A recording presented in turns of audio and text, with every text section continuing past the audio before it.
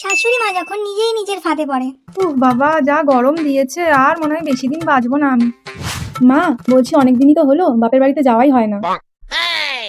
আমি কি একটু কিছুদিনের জন্য বাপের বাড়ি থেকে ঘুরে আসবো? কি, বাপের বাড়ি যাবে?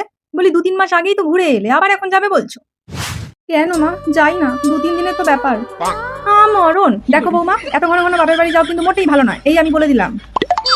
আচ্ছা মা, ঠিক আছে। কিছুক্ষণ পর হরে কৃষ্ণ নাম বলো, প্রিয় বলো রাম, রাখাল রাজা। হ্যালো, হ্যাঁ খেন্তি। হ্যাঁ মা বল। ও আচ্ছা আচ্ছা, তোর বৌদিকে ফোনটা দেবো, ঠিক আছে ধর দিচ্ছি, দাঁড়া দাঁড়া। বৌমা, বলি ও বৌমা শোনো এদিকে। হ্যাঁ মা ডাকছেন? ও বলছি, এ নাও, খেন্তি ফোন করেছে, তোমার সাথে কথা বলবে বলছে। আমার সাথে কথা বলবে বলছে? কিন্তু মা আমার হাত তো আসছে, আসলে একটু আগে মাছ ধুচ্ছিলাম তো সেই জন্য। আপনি বরং একটা কাজ করুন না, ফোনটাকে স্পিকারে দিন। হ্যাঁ চিচি, আচ্ছা দাঁড়াও দিচ্ছি। না কথা বলো। হ্যাঁ খেন্তি বলো, কি বলবে?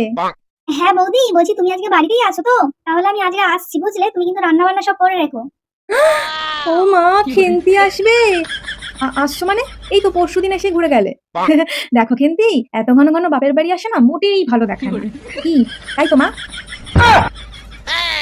দেখুন মা, এই কথাটা যদি আপনি খেন্তিকে বলতেন তাহলে খুব খারাপ শোনাতো। আর বৌমা হিসেবে আমি কখনোই চাইবো না যে আমার শাশুড়ি মাকে একটু খারাপ বলুক।